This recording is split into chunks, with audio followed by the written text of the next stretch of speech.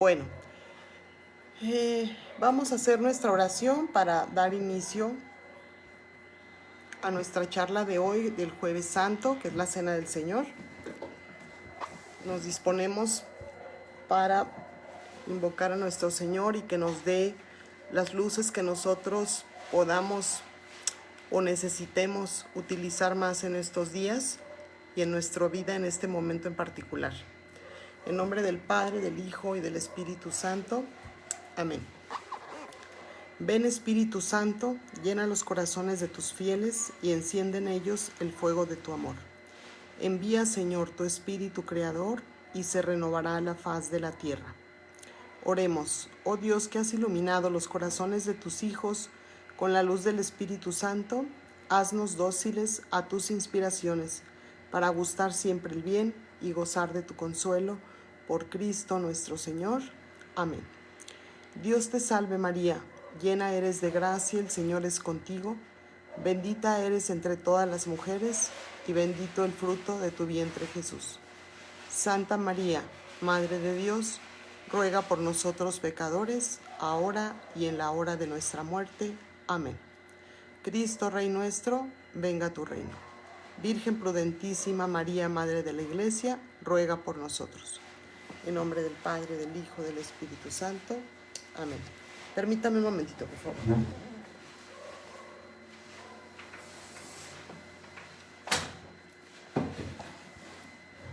Que se escuchan algunos perros allá afuera. Bueno, el día de hoy jueves estamos pues iniciando pues con lo más fuerte de lo que es la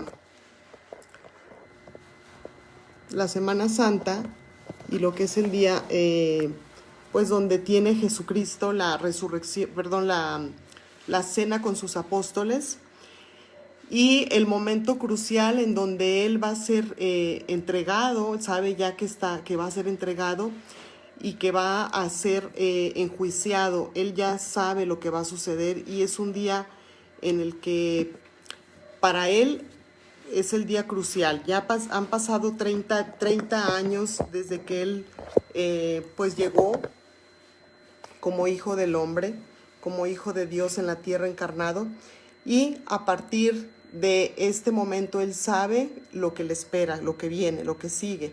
Es la culminación de ese sacrificio que él va a hacer por el Padre y por la humanidad, ¿sí? Va a ser aquella acción de humildad, de entrega, de donación, de sacrificio por todos nosotros, por cada uno de nosotros que estamos aquí, los que ya se han ido también, y que va a ser un momento difícil para él, un momento doloroso. Vamos a dar inicio, esto nada más es una breve introducción, vamos a dar inicio a este tema y vamos a buscar en Mateo 26, es el capítulo 26 del 26 al 28, ¿sí? Jesús tomó el pan, lo partió y lo dio a sus discípulos diciendo: tomen y coman, esto es mi cuerpo. Después tomó una copa y se la pasó diciendo: beban todos de ella. Esta es mi sangre, la sangre de la alianza, que es derramada por una muchedumbre para el perdón de los pecados. Y Marcos en el capítulo 14, del 22 al 24, se le reconoce diciendo: tomen, esto es mi cuerpo. Y les dijo: esto es mi sangre, la sangre de la alianza, que será derramada por ustedes. Y en Corintios 22, 19, 20, menciona, no es cierto, es en Lucas 22, 19, 20. Esto es mi cuerpo, que será entregado por ustedes. Esta copa es la alianza nueva sellada con mi sangre, que es derramada por ustedes. Y en Corintios 11, 23, 25, dice: el Señor Jesús tomó el pan y lo partió diciendo: esto es mi cuerpo, que es entregado por ustedes. hagan esto en memoria mía. Tomando la copa,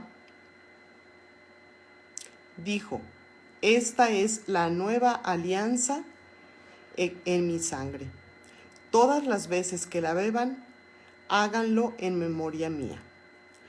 Todos estos versículos y todos estos pasajes, la escritura de Mateo, la escritura de Lucas, la escritura de Pablo a los Corintios, de alguna forma describen lo que fue esa noche de la última cena que tiene Jesús con sus discípulos y señalan de diferente manera cómo es que Jesús manifiesta ante los apóstoles que esa va a ser la última cena y les da la indicación de lo que será la Eucaristía. Es el preámbulo de lo que va a ser la Eucaristía. Yo en algunas ocasiones he mencionado, y a mí se me figura una analogía muy similar, cuando algún padre de familia o miembro de una familia sabe que va a morir y deja un testamento, deja un documento en donde él decide qué es lo que se debe hacer, o simplemente en ese testamento deja algunas instrucciones con las cuales pues pretende quedarse de alguna manera con los suyos. Hace a veces indicaciones específicas de hacer o no hacer ciertas cosas, de cómo la familia debe comportarse o cómo debe reaccionar después de la muerte de esa persona, etc. Entonces, ¿a qué voy con esto? La comparación es muy, digamos, inapropiada, podemos decirlo así, porque no vamos a comparar la herencia que nos deja Jesucristo con cualquier otra herencia humana. Sin embargo, sí a nivel humano y terreno podemos entender que Jesús en esta última cena nos deja algo maravilloso, nos deja realmente su cuerpo, su sangre, su ser, y qué vamos a decir del Espíritu Santo, para que esté con nosotros, para que nosotros no estemos solos, ¿sí? Los discípulos de esa época tuvieron la gracia y la bendición de poder caminar junto con Él. Tuvieron la bendición de poder estar con Él, compartir, escuchar sus enseñanzas, escuchar su legado, conocer la ley de otra manera distinta, conocer lo más importante como la médula espinal de lo que era la ley de los profetas y la ley que seguían los judíos en aquel entonces. Entonces, en este momento, aquí Jesucristo nos deja esta encomienda y se la deja a los apóstoles de una manera muy clara y muy particular. Primero, tiene designado el lugar, ¿no?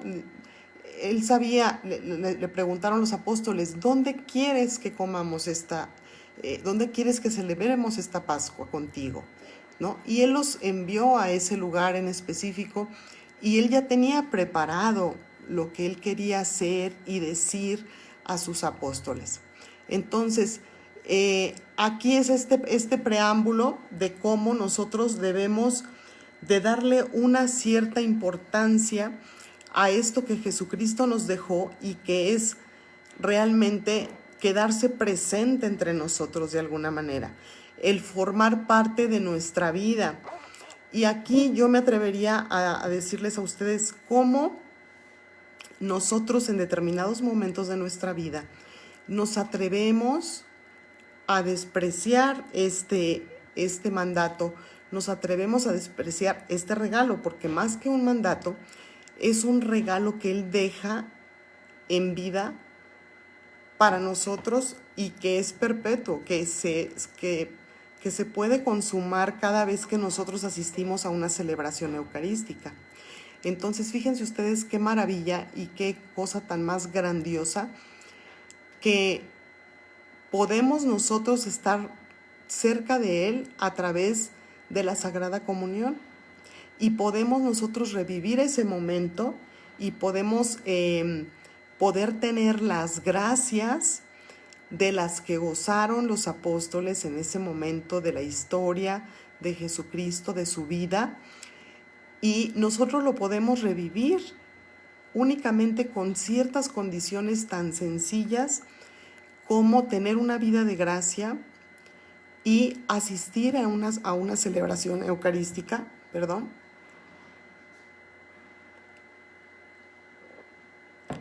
y con eso nada más tenemos la bendición y la fortuna de recibir a Dios nuestro Señor en nuestro templo, en nuestra alma, y con esa recepción tenemos también el recibir las grandes gracias que Dios nos da, que sabemos lo que nos fortalece, lo que nos anima, lo que nos motiva, lo que nos hace perseverar en el amor a Cristo, pero sobre todo nos hace mantenernos en unión con Él.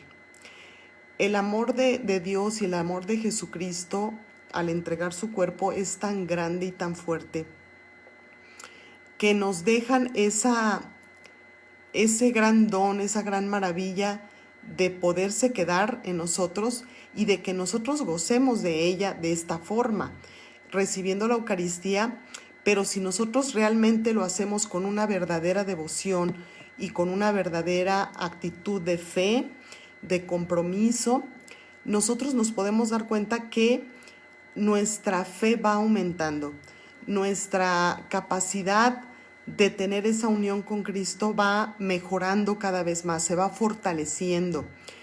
Es por eso que las personas que no acuden al Santísimo Sacramento del altar, a la Sagrada Comunión, pues nos vamos quedando vacíos, nos vamos quedando en un momento de sinsentido, en un momento de sequedad, de no saber cuál es mi rumbo, cuál es mi sentido, hacia dónde voy, qué es lo que quiero.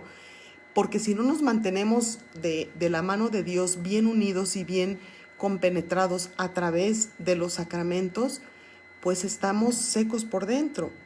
Y por una sencilla y simple razón.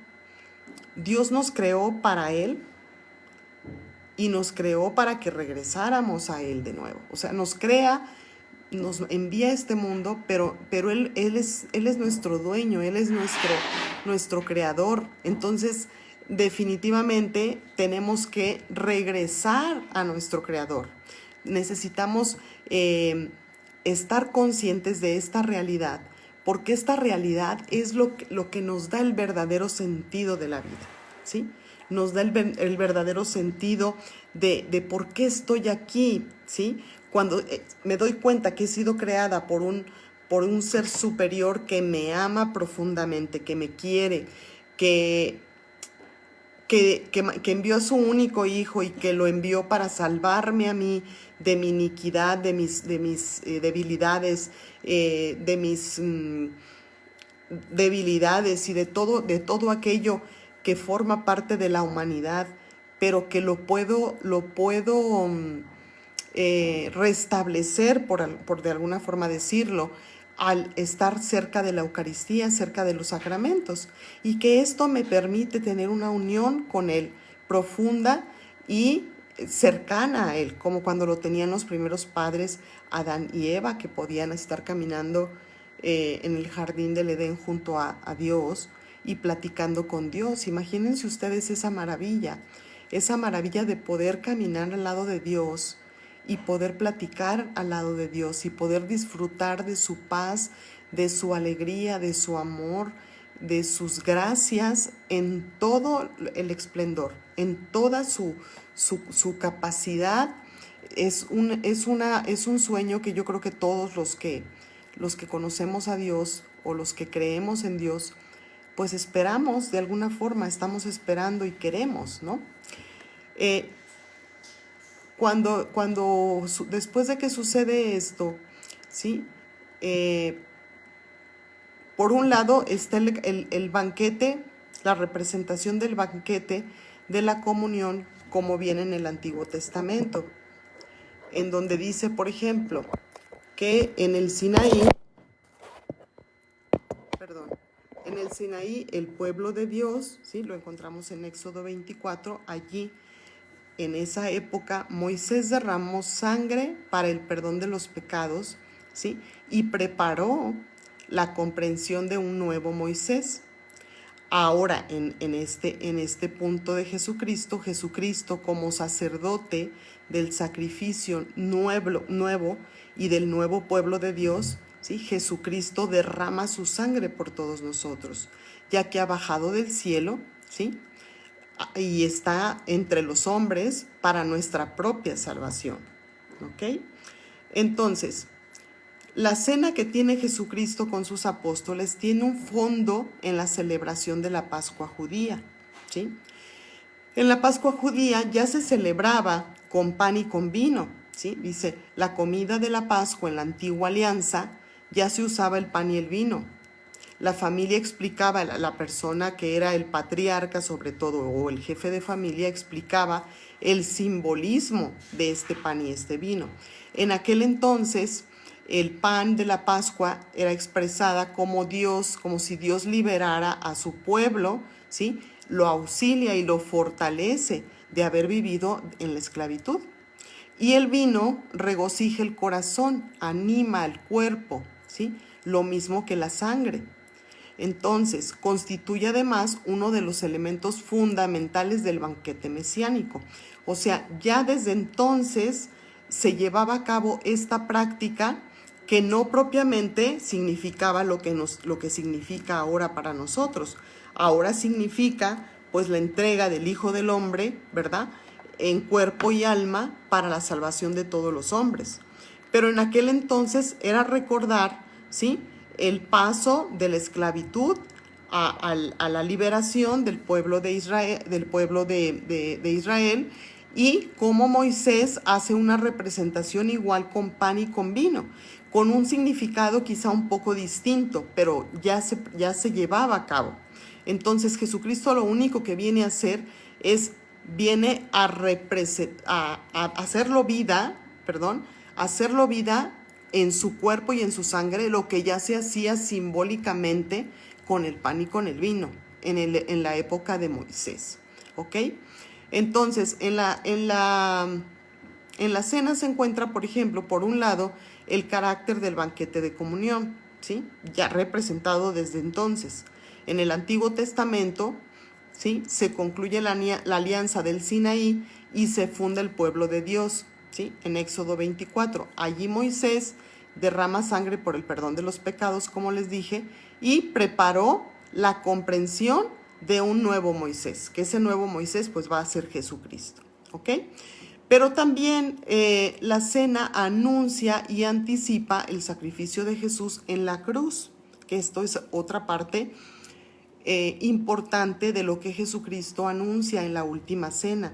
Nada más que los apóstoles no lo entendieron, no lo alcanzaron a comprender, obviamente, porque yo creo que si a nosotros nos hubiera pasado lo mismo que a los apóstoles, si hubiéramos estado en ese escenario donde están en la última cena y donde Jesucristo está diciendo ciertas palabras, en donde dice, este es mi cuerpo que será entregado por ustedes, este es mi sangre, pues ellos se han de haber quedado súper sorprendidos. No creo que en ese momento hayan entendido nada de lo que Jesucristo estaba diciendo.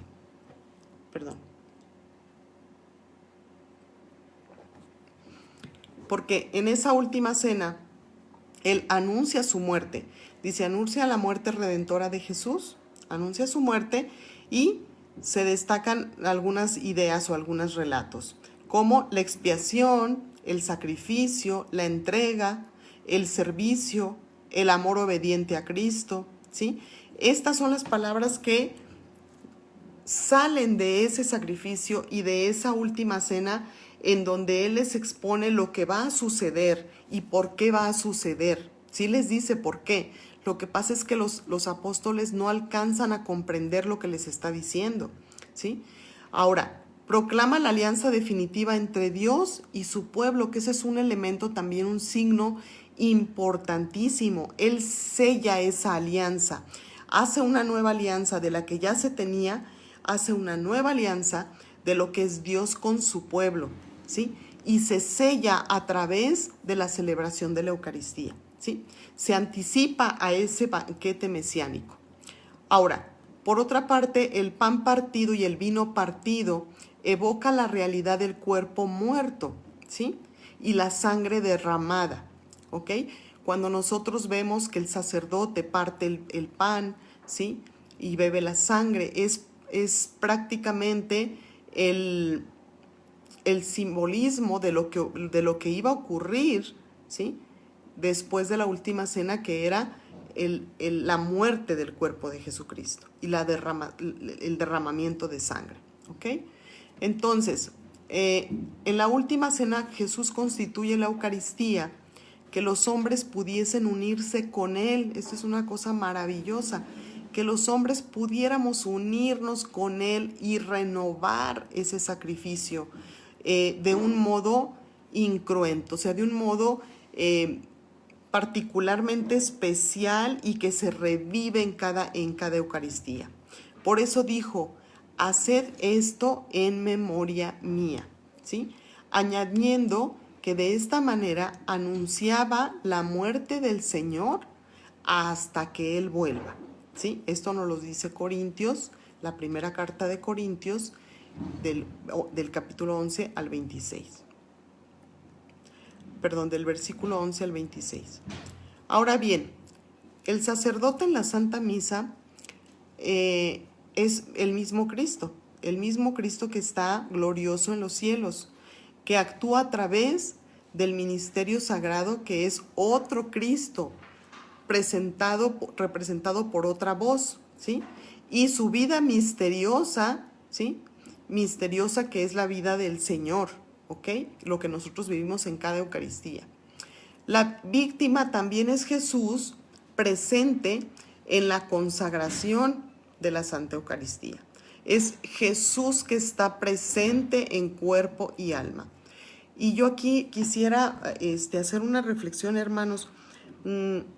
Yo creo, a veces yo he pensado que cuando nosotros acudimos a misa, cuando nosotros acudimos a la Sagrada Comunión, es un misterio tan grande, tan profundo, tan lleno de esplendor y tan lleno de gracia, que el ser humano, creo yo, no alcanzamos a comprender el gran misterio que es, y el gran regalo y la gran gracia que es el que nosotros podamos formar parte de ese sacrificio y además tener la gloriosa bendición y oportunidad de poderlo recibir y hacernos uno con Él. Fíjense, nuestra humanidad no nos puede llegar para alcanzar a comprender este misterio tan hermoso. ¿Y por qué les comento esto? Porque yo creo que en muchas ocasiones nosotros pasamos de largo o no le damos la debida importancia, o no somos lo suficientemente, se me fue ahorita la palabra, piadosos, no somos lo suficientemente piadosos como para que nosotros podamos entender este misterio, agradecerle a Dios y aprovecharlo al máximo en ese momento. A veces es tan fácil distraernos, por ejemplo, en una misa, en una celebración eucarística. Es tan fácil recibir la comunión y regresar a nuestro lugar y no estar presentes de una manera consciente, en donde me estoy uniendo al cuerpo de Jesús y me estoy uniendo en ese momento de una manera real a ese misterio que es la Eucaristía y estar presente con Dios nuestro Señor. Por eso yo les extiendo esta invitación a que esas veces digamos, de dispersión o de que estamos distraídos, sea cada vez menor. No sé si ya les he comentado en otras veces, pero por ejemplo nuestros hermanos separados o los que no creen en Dios, o incluso los mismos ateos, o incluso los satánicos, me voy a ir todavía más lejos. Ellos creen que realmente Jesucristo está en la Eucaristía y tanto lo creen que ellos dicen, pues lo roban y lo agreden, lo escupen o lo maltratan, porque saben que está presente ahí, Entonces, muchas veces, y por ahí alguien lo dijo, no recuerdo quién, que si nosotros creyéramos verdaderamente que Jesucristo está presente en el Santísimo Sacramento del altar, en la Santísima Eucaristía, seríamos mucho más piadosos, mucho más responsables de la Eucaristía, de recibirla, y seríamos más fervorosos en asistir más a misa y a estar ahí en ese momento con Él. Yo quisiera ponerles otra analogía. Cuando nosotros estamos recién enamorados, 15, 16 años, y nos morimos por estar con la persona que a lo mejor creemos que amamos o que a lo mejor nos sentimos a gusto con esa persona, tenemos química con esa persona. Y morimos por estar con ellos, ¿no? Con estar con ella o con él, dependiendo del caso. Entonces, hacemos todo lo posible por estar con esa persona. Nosotros deberíamos hacer lo mismo, deberíamos de estar inquietos de amor por Jesucristo, inquietos de amor por la Eucaristía. ¿Por qué? Porque es nuestro gran amor, yo me atrevería a decirles nuestro único amor verdadero, nuestro amor profundo, el ser más fiel, el ser más comprensivo, el ser más amoroso y el que nunca nos va a fallar, el que nunca nos va a decir que no, el que nunca nos va a dejar solos, el que nunca nos va a, digamos, abandonar ni a limitar en nada de lo que nosotros necesitemos. Solamente lo único que requerimos es entender su pensar, entender su forma de ser, su forma de actuar y entender los fines que tiene Jesucristo para nosotros, que muchas veces son muy diferentes a los nuestros, casi siempre la mayoría de las veces. Entonces, si nosotros estuviéramos realmente bien conscientes de este evento, sería maravilloso el poder entender en cada Eucaristía que Dios está ahí presente conmigo, que Dios está presente conmigo, que nos hacemos uno solo y que en ese momento puedo vivir un momentito de cielo, ¿sí? Muchos autores han explicado que la Santísima Eucaristía es precisamente eso, un momentito de cielo en la tierra. Es vivir con Dios como lo vivían Adán y Eva en el paraíso, caminando con Él y platicando con Él. Eso mismo lo vivimos nosotros y tenemos la posibilidad y el privilegio de vivirlo en cada Eucaristía, en cada misa. Lo único que necesitamos es pedirle a Dios que aumente nuestra fe, porque nuestra capacidad humana a veces es tan limitada que no alcanzamos a comprender este misterio tan maravilloso. Y dentro de nuestras limitaciones, pues tenemos ratos de esa lucidez, yo les podría decir, un tipo de lucidez, ¿no? Y cuando no estamos distraídos y tenemos esa lucidez y decimos, es que estás realmente aquí, Señor. Y ese momentito lo tenemos que aprovechar al máximo, porque somos muy dispersos. Nos distraemos con el que está enfrente, con el niño que está jugando en la misa, con la que no viene vestida adecuadamente, con los que no vinieron y quedaron de venir, etcétera. Podemos distraernos con muchísimas cosas. Y perdemos ese momento tan maravilloso de estar ahí con nuestro Señor y gozarlo en un momentito de cielo. El Concilio Vaticano II enseña, dice, nuestro Salvador en la última cena, la noche que le traicionaban, ¿sí?, instituyó el sacrificio eucarístico de su cuerpo y de su sangre, con el cual iba a perpetuar por los siglos, hasta la vuelta al sacrificio de la cruz y a confiar así en su esposa la Iglesia.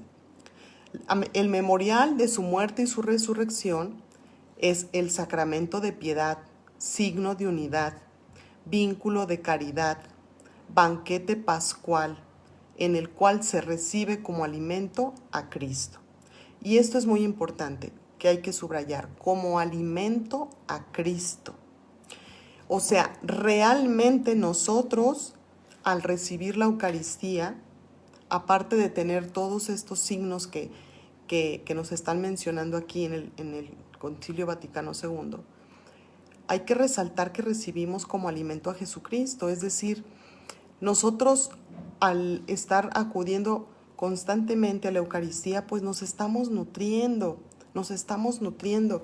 Y no sé si a ustedes les ha pasado, pero a mí sí me ha pasado, que cuando por alguna razón dejo de recibir la Eucaristía unos días o dejo de hacer oración unos días, realmente soy otra persona completamente diferente. Puedo ser otra persona distinta. Puedo caer en tentaciones, puedo caer en debilidades quizás de carácter, de defecto de carácter, de que salgan a la luz mis debilidades más dominantes o mi defecto dominante. Y realmente nos damos cuenta que cuando estamos nosotros en ese constante encuentro con Dios, tanto en la oración como en los sacramentos, realmente nos cuesta menos trabajo el lidiar con nuestras debilidades. Nos cuesta mucho menos trabajo porque es un alimento. Es realmente, como lo dice en la Biblia, es verdadera comida y verdadera bebida, ¿sí? Entonces, esto nos los deja para nosotros y nos los deja libres. Nadie nos debe, nadie nos cobra nada por ir a misa. Nadie nos condiciona para ir a recibir la Santísima Eucaristía, ¿sí?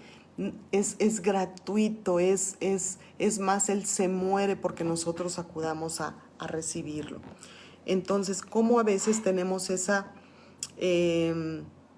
actitud, podríamos llamarle así, de despreciarlo, ¿no? Yo sé que ustedes son hombres de Dios, son hombres de Jesús, son hombres de oración, son hombres y mujeres de la Eucaristía. Sin embargo, esta información la tenemos que recordar cada año, quizás si es necesario, porque es fácil dispersarnos y porque también tenemos que llevar esa información a otros hermanos. Tenemos que ayudarles a que entiendan lo que significa el sacrificio de Cristo, lo que significa la Eucaristía, ¿sí? Esto lo tenemos que recordar a nuestros hermanos constantemente, porque ahí está la clave de nuestro sentido de vida. Ahí está la clave de nuestra existencia, de nuestra relación con Dios, de la nueva alianza entre Dios y la Iglesia, su pueblo, ¿sí? Es Dios, verdadero hombre amoroso, verdadero hombre que nos ama, que nos comprende, que nos perdona, que es misericordioso, que desea y que muere por estar con nosotros, ¿sí? Entonces, es una pena cuando nosotros nos atrevemos a despreciarlo, nos atrevemos a hacerlo a un lado, y es verdaderamente triste cuando nosotros estamos conscientes de esto, más cuando estamos conscientes, porque la gente que no está consciente pues no sabe de lo que se está perdiendo. Pero si nosotros somos conscientes de ello, pues debemos de valorar en todo su esplendor, en toda su magnitud, este misterio eucarístico.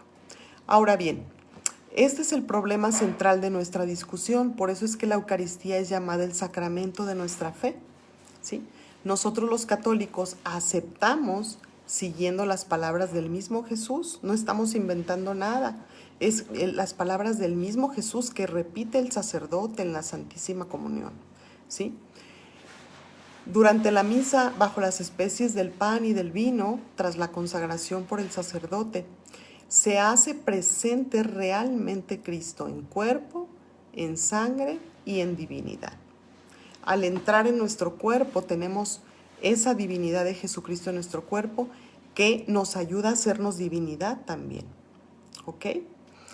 Para los judíos, hablar del cuerpo y de la sangre de alguien significaba hablar de la totalidad de la persona, ¿sí? Por eso Jesús, cuando instituye este sacramento, dice: esto es mi cuerpo, esta es mi sangre. En otras palabras, nos está diciendo que en el pan y en el vino consagrados se encuentra la plenitud de la persona, ¿sí? La plenitud de la persona, es decir, en la Eucaristía está Jesucristo en plenitud. Cuando nosotros recibimos la Eucaristía, en ese momento tenemos a Dios mismo en plenitud dentro de nosotros, ¿ok? Como Jesús es Dios y hombre verdadero, entonces se halla presente el cuerpo, la sangre, ¿sí?, de la víctima ofrecida a Dios en reparación por los pecados del mundo, ¿sí? En Levítico 5:9 menciona: rociará con su sangre la pared del altar. Fíjense qué bonito. Y derramará el resto de la sangre al pie del altar. Es un sacrificio por el pecado. También lo dice Levítico 17:11. Porque el alma de todo ser viviente está en su sangre. Y yo les di la sangre para que la lleven al altar, para el rescate de sus almas, pues esta sangre paga la deuda del alma. Dice Hebreos 9:22. Según la ley, la purificación de todo se ha de hacer con sangre, y sin derramamiento de sangre no se quita el pecado. Jesús es el nuevo Cordero, el Cordero de la nueva alianza. Si ustedes se acuerdan, en aquellos tiempos ofrecían animales, pichones, o se ofrecían un cordero y derramaban la sangre, así como lo está mencionando, sobre el altar. Lo mismo sucede a la hora del sacrificio en la misa, en la celebración eucarística. Sucede exactamente lo mismo, pero es Jesucristo mismo que se ofrece y su sangre que es derramada en el altar, a los pies del altar. Imaginen ustedes esto, imaginen ustedes este momento que estamos realmente presentes ante el altar y que estamos presentes, aunque no lo veamos, ante el sacrificio de Jesucristo. Entonces, estamos viviendo ese momento en el que Él entrega su cuerpo y su sangre, pero de nueva cuenta, ¿sí? Cada vez que vivimos un Jueves Santo. Ahora bien, Dios quita los pecados del mundo, como repite la Iglesia continuamente en todas las misas que se celebran a lo largo del mundo. Este es el Cordero de Dios que quita el pecado del mundo. Dichosos los invitados a la cena, ¿sí? Fíjense qué interesante que nos lo repiten en una misa y en otra misa y lo volvemos a escuchar. Dichosos los invitados a la cena del Señor. Cuando nosotros recibimos el pan eucarístico, deberíamos de decir estas palabras con mucho fervor. Qué dichoso, Señor, qué dichosa soy porque me permites y porque tengo la gracia de recibirte en el Santísimo Sacramento del altar. Qué dichosa soy y quién soy yo para merecer esta gracia. ¿Quién soy yo para merecer esto que tú me estás regalando? Que es el santísimo sacrificio tuyo, Señor, y que entra en mi cuerpo y que me hace uno contigo. Es realmente un misterio que nos debería de maravillar cada vez que lo recibimos, ¿sí? Dice por aquí: Jesús es el nuevo Cordero, como lo decíamos ahorita, el Cordero de la nueva alianza, el Cordero de Dios que quita los pecados del mundo, como repite la Iglesia continuamente en todas las misas que se celebran a lo largo del mundo. Este es el Cordero de Dios que quita el pecado del mundo. Dichosos los invitados a la cena del Señor. Cuando Jesús instaura la Eucaristía, no habla en sentido figurado o simbólico. Dice equivocadamente nuestros hermanos separados o protestantes. El lenguaje usado por Cristo durante la última cena no puede ser más evidente. Jesús dice esto: es mi cuerpo, es mi sangre. Y no esto representa mi sangre o representa mi cuerpo. Aquí el texto nos habla de que los hermanos separados mencionan que realmente no está ahí Jesucristo en el pan y en el vino, sino que es una representación. Pero no, acuérdense que hay diversos versículos donde dice: este es mi cuerpo y esta es mi sangre, y mi cuerpo y mi sangre son verdadera comida y verdadera bebida. El que bebe de mi cuerpo, el que come de mi cuerpo y bebe de mi sangre, está en mí y yo estoy en él. Lo dice clarísimo, sin ningún reparo, ¿sí? Entonces no hay confusión, todo está clarísimo y lo deja él manifestado de una manera muy, muy clara, ¿sí? Ahora bien, en Juan 6, 53, 54, Jesús les dice: en verdad les digo que si no comen la carne del Hijo del Hombre y no beben su sangre, no tienen vida en ustedes. El que come mi carne y bebe mi sangre, vive de vida eterna, y yo lo resucitaré en el último día. Juan 6, 55, 56. O sea, lo dice más claro ni el agua, lo dice clarísimo, ¿sí? Está en mí y yo estoy en él. El que come de mi carne y bebe de mi sangre está en mí y yo estoy en él, ¿sí? Es realidad, es una verdad, ¿ok? Es cierto que esto resulta difícil de entender para algunos, como Jesús mismo ya nos lo dice. Al igual que en el desierto los israelitas dudaban de que Dios podría darles de comer carne, así también cuando vino Cristo los judíos cuestionaban el cómo, ¿sí?, les podría dar de comer de su carne, ¿sí? Números 11:4. Perdón. Los mismos israelitas se pusieron a quejarse y decían: ¿quién nos dará de comer? ¿Se acuerdan? En el desierto. Y sacrifíquense para mañana, comerán carne. Pues ustedes dijeron: ¿quién nos dará carne para comer? Yahvé les dará carne y lo comerán. En Juan 6:52 nos menciona.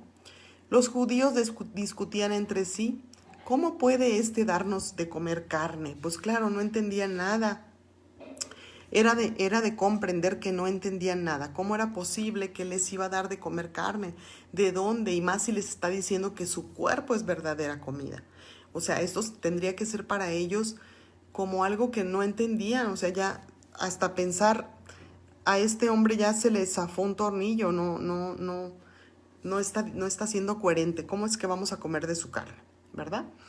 Pero él sabía perfectamente bien lo que estaba diciendo. Él sabía perfectamente bien que se refería a su mismo cuerpo, ¿sí?, a su misma sangre, y que como él era Dios y él era verdadero Hijo y verdadero Dios, pues lo iban a entender después, no lo iban a entender en ese momento, lo iban a entender posterior a su muerte y su resurrección, ¿sí?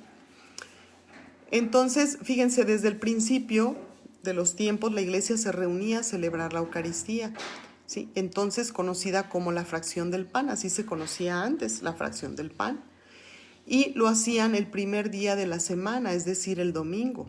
Y tal como lo vivimos nosotros hoy, sigue siendo para la Iglesia Católica todos los domingos.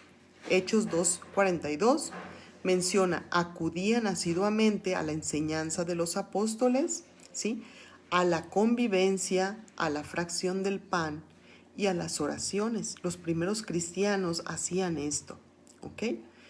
Ahora, en Hechos 27 dice, el primer día de la semana estábamos reunidos para la fracción del pan. Imagínense qué bonito, no sé, ustedes, yo lo imagino muy bonito, cómo después de que Jesucristo muere y resucita y les deja todas estas enseñanzas y ellos realmente se convencen de que Él era el Mesías y se convencen de que tienen que hacer lo que Él les pidió. Imagínense ustedes estas reuniones, qué bonitas debieron de haber sido. Estas reuniones de todos los cristianos para hacer la celebración eucarística y poder revivir las palabras de Jesús, sus enseñanzas y además todavía lo que hacemos nosotros hoy en la misa, ¿no? Después de la reflexión, después de la homilía, el beber su cuerpo y comer su carne, ¿ok?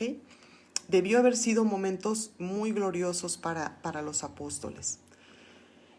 Lo que se repite en la misa durante la celebración eucarística tiene su origen en la palabra de Dios, o sea, nadie lo inventamos, tiene su origen en la palabra de Dios. Nuestros hermanos separados, si quisieran, lo pudieran entender, lo pudieran comprender si quisieran, ¿sí? Y de esa forma, pues, Él se queda con nosotros, se queda en su cuerpo y en su sangre presente en cada celebración eucarística y esto es lo que nos mantiene, como lo decíamos ahorita al principio, ese es el signo, el símbolo de nuestra fe. El símbolo de nuestra fe que nos mantiene vivos, que nos mantiene con cierta perseverancia en la vida, con perseverancia en el amor a Dios, con perseverancia en el amor a la Santísima Virgen y sobre todo también con perseverancia en amor a la Iglesia, porque como lo estamos viendo ahorita en esta reflexión, se unían los primeros cristianos y se reunían para hacer esta celebración. Y esto lo han vivido por décadas y por los siglos que llevamos, se han reunido y se siguen reuniendo y pues nada prevalecerá sobre la Iglesia Católica, nada prevalecerá sobre ella. El enemigo no podrá contra ella. Entonces nosotros seguimos siendo esa esposa, esa iglesia que debemos ser fervorosa, que debemos ser amorosa y que debemos de tener esa entrega a Dios nuestro Señor en cada Eucaristía con esa conciencia y con ese fervor que todos debiéramos entender a partir de que creemos en las palabras de Jesucristo, creemos que verdaderamente fue el Hijo de Dios aquí en la tierra y que nos dejó como testamento hacia Eucaristía. Entonces les dejo estas reflexiones, hermanos, para reflexionar durante todo este Jueves Santo, que lo podríamos vivir desde el punto de vista de cómo Él empieza a sufrir todo el jueves antes de la cena pascual, cómo lo hace durante la cena y cómo lo hace después de la cena cuando ya empieza a vivir todo el tormento y la realidad, ¿sí?, que tenía que vivir y que Él sabía que iba a vivir. Entonces nos quedamos con estas ideas y estos pensamientos para reflexionar el resto del jueves. Yo les mando un abrazo a todos y pues nos despedimos dándole gracias a Dios con una oración.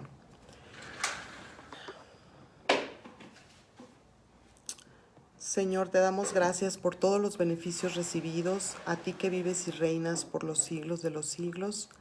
Amén. Cristo Rey nuestro, venga tu reino. Virgen prudentísima María, Madre de la Iglesia, ruega por nosotros.